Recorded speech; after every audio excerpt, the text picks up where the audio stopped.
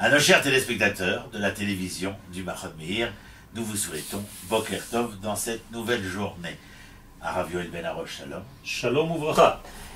Et de quoi allons-nous discuter? Oh, de quelque chose qui fait, comment dire, le verbe et la verve des émissions israéliennes après la déclaration enseignante et cultivée du Rav Uri Cherki, qui a déclaré que dans les événements qui étaient les nôtres aujourd'hui, eh bien, de déclarer qu'il ne fallait simplement que prier ou étudier était véritablement une fausse réponse. Ce n'était qu'un succès d'année et que la primordialité serait de pouvoir apprendre en tant que peuple ce que voulait dire la Gvura.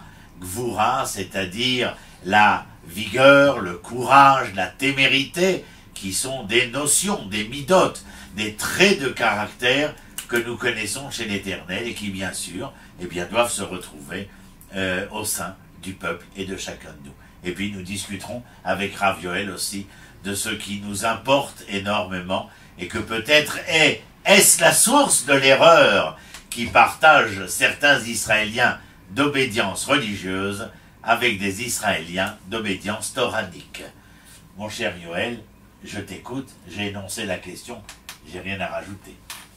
Mon ami le docteur Roni Akrish, nous sommes aujourd'hui dans une situation que nous devions en réalité atteindre, et parce que nous ne sommes pas réveillés à cette situation, elle vient à nous. Je veux dire par là que cette discussion est une discussion qui est sous-jacente et qui est en réalité la base même de cette période ô combien longue de l'exil qui nous a séparés littéralement de notre côté territorial et qui a fait que le judaïsme dans lequel nous étions pendant 2000 ans n'était que concentré sur l'homme au niveau individuel et sur le temps. C'est-à-dire que le territoire n'existait pas.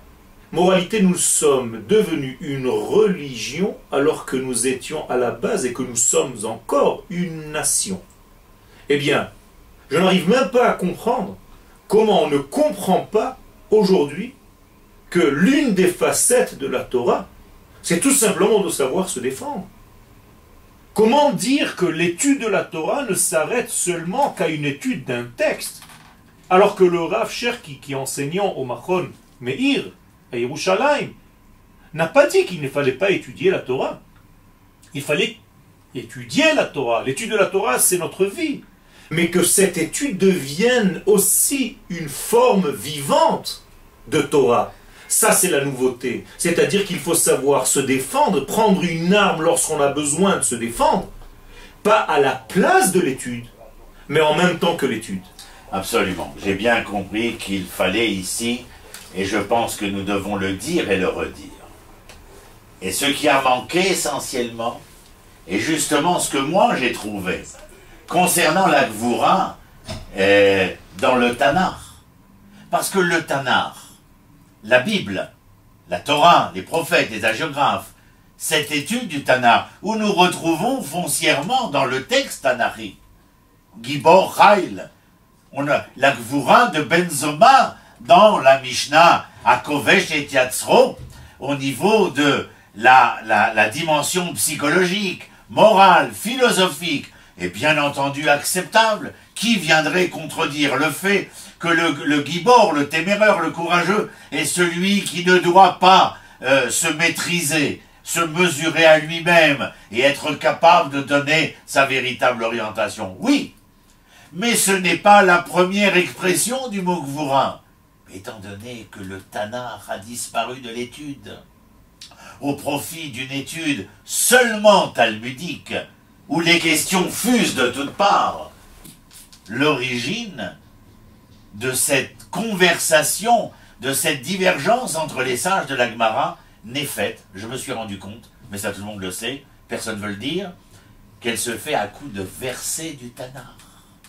C'est parce que nous étions versés dans le Tanakh que nous utilisions, excusez-moi, la musicologie du verbe, les versets du Tanakh pour essayer de converser ensemble et de pouvoir faire entendre ce que la dimension nationale proposait, car ne l'oublions pas. Nous avons été choisis, qui nous a choisis parmi les peuples pour être un peuple, afin que, en tant que peuple, eh bien, nous fassions aussi comme dans le Tanakh, à propos de David, à propos de l'ensemble de Avner Beder, de Yoav Ben Tzruya, etc., etc. Et si nous sommes à ce point en manque de Tanakh, c'est parce que nous avions totalement perdu ce que tu rappelais, c'est-à-dire la dimension nationale, la dimension de peuple à laquelle sont intimement liés. Et tous ceux qui se refusent à cette témérité, à cette vigueur, à ce courage, ce sont des gens qui sont par ailleurs, dans un autre ailleurs, mais pas dans le renouveau d'aujourd'hui. Je rappelais que l'ensemble des personnages dans le Tanakh, comme Avner Ben-Ner, comme Yoav Ben Tzruya, comme David lui-même, ou ce que dit dans les Tehillim, David, écoute, Chagor Herbecha al Yerecha Gibor Odecha Ve'adarecha. Porter une arme est ici présentée par David comme étant une gloire absolument extraordinaire, mais parce que David parle en tant que roi d'Israël. Mon cher Ronnie, je pense que l'essence même de cette dispute, entre guillemets, si on peut appeler ça une dispute, c'est en réalité une vision de la Torah qui prend en compte la totalité de la vie, ou bien une étude de la Torah qui ne prend pas en compte la totalité de la vie et qui se restreint, qui se limite, qui se focalise à une étude de l'esprit. J'entends beaucoup de gens parler, ça ce n'est pas spirituel. S'occuper de politique, ce n'est pas spirituel. Moi je pose la question, est-ce que Dieu est spirituel? Chas v'shalom. Dieu c'est l'infini, béni soit-il, qui est omnipotent et omniprésent dans tous les recoins de notre existence, y compris dans la politique. Absolument. Or le mot politique aujourd'hui est devenu une grossièreté dans la religion. Parce que ce qui gêne la plupart d'entre nous, c'est l'incapacité que nous avons à découvrir Dieu dans l'ensemble des méandres de l'histoire humaine, de la création divine. Comment découvrir Dieu chez la fourmi? Alors déconnecter le divin de la politique, mais c'est tout simplement laisser ce monde-là à l'abandon. Ça veut dire qu'Akadosh Baruch Hu n'a pas la force de venir donner son message divin dans le monde de la politique. Or, qu'est-ce que c'est que la politique? Mais c'est tout simplement ce que Dieu a demandé à Abraham de devenir. C'est-à-dire une nation sur sa terre. Ça s'appelle, avec cette grossièreté aujourd'hui, au niveau religieux, Médina. Akadosh Baruch Hu a demandé à Abraham Avinu de faire Médinat Israël. C'est-à-dire un État, et non pas seulement une terre, parce que beaucoup de gens tombent dans cette erreur.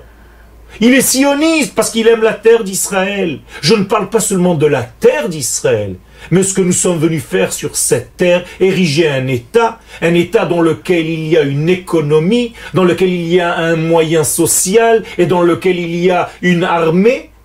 Dans tout ce contexte-là, dévoiler les valeurs du divin. Je crois que la religion, telle que l'exprimait Cicéron, et le fait que nous vouons un culte à un Dieu créateur, nous sommes entièrement d'accord, Nahon, mais qu'il y a un Dieu, qui est le créateur, et auquel nous vouons un culte.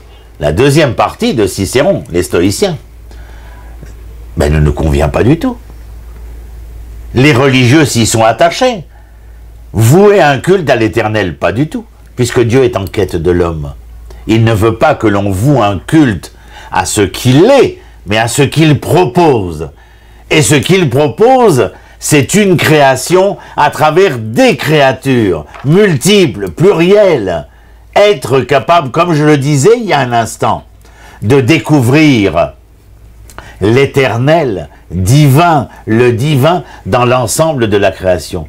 Tu t'imagines que si nos sages ont été si perspicaces de nous faire entendre comment, dans l'infiniment mal, nous devions être capables d'y déceler un infinitésimal bon bien et vérité divine, car sinon le mal ne pourrait être l'exemple. Amalek article que je publiais il y a une semaine, eh bien, cette capacité à ne pas être ceux qui voient un culte à Dieu, mais ceux qui réalisent ce pourquoi Dieu a créé, c'est la différence que je fais entre la religion et ceux qui se veulent révélateurs de la Torah.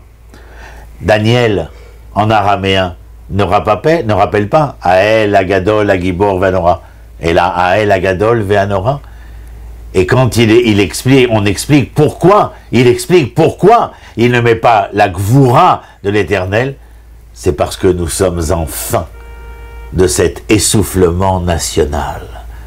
Nous ne parlons pas de léoubiout, de nationalisme, mais de la nation, de ce peuple que Dieu a choisi et que ce peuple a accepté d'être et de devenir. Eh bien, Daniel, lorsqu'il enlève le mot Gibor, que Knesset Agdola ramènera, mais dans la consonance de Kovesh et Tzatro, celui qui est capable de se maîtriser, de s'orienter, eh bien, lui, Daniel, ne l'avait pas mis, pour la simple raison que le peuple n'étant plus cette souveraineté, cette indépendance nationale, capable de révéler Dieu en tant que peuple d'Israël, et pas des espèces de communautés éparses, de personnages omnibulés par le culte, eh bien, il ne met pas le mot Gvoura. Mais c'est la grande différence entre la nation et le judaïsme tel que nous le voyons aujourd'hui, qui est devenu une religion. La nation d'Israël, c'est pas seulement qu'elle est apparue dans le monde, elle a été pensée nation. Akadosh Baruch Hu nous a pensé peuple. Il nous a créé peuple. Certes, il nous a pris du temps pour découvrir et faire sortir ce peuple qui était en nous. Mais il nous a pensé peuple, c'est-à-dire que la première pensée divine, c'est la nation d'Israël. Car c'est seulement en tant que nation sur sa terre, comme Dieu dit à Abraham, El Haaretz, vers la terre que je t'indiquerai. C'est là-bas seulement, depuis cette terre, que tu peux te révéler en tant que nation. Et si nous retombons dans cette religion, et ce sont là les paroles du Rav Cherki, qui étaient en réalité mal compris, mais volontairement mal compris. Parce qu'il y a ici une guerre intérieure pour ne pas comprendre que le peuple d'Israël est en train d'évoluer vers la fin de son histoire, dans le sens positif bien entendu, de devenir la nation qui révèle la parole et l'éthique de Dieu sur terre. Je ne crois pas qu'il y ait une volonté seulement de ne pas comprendre.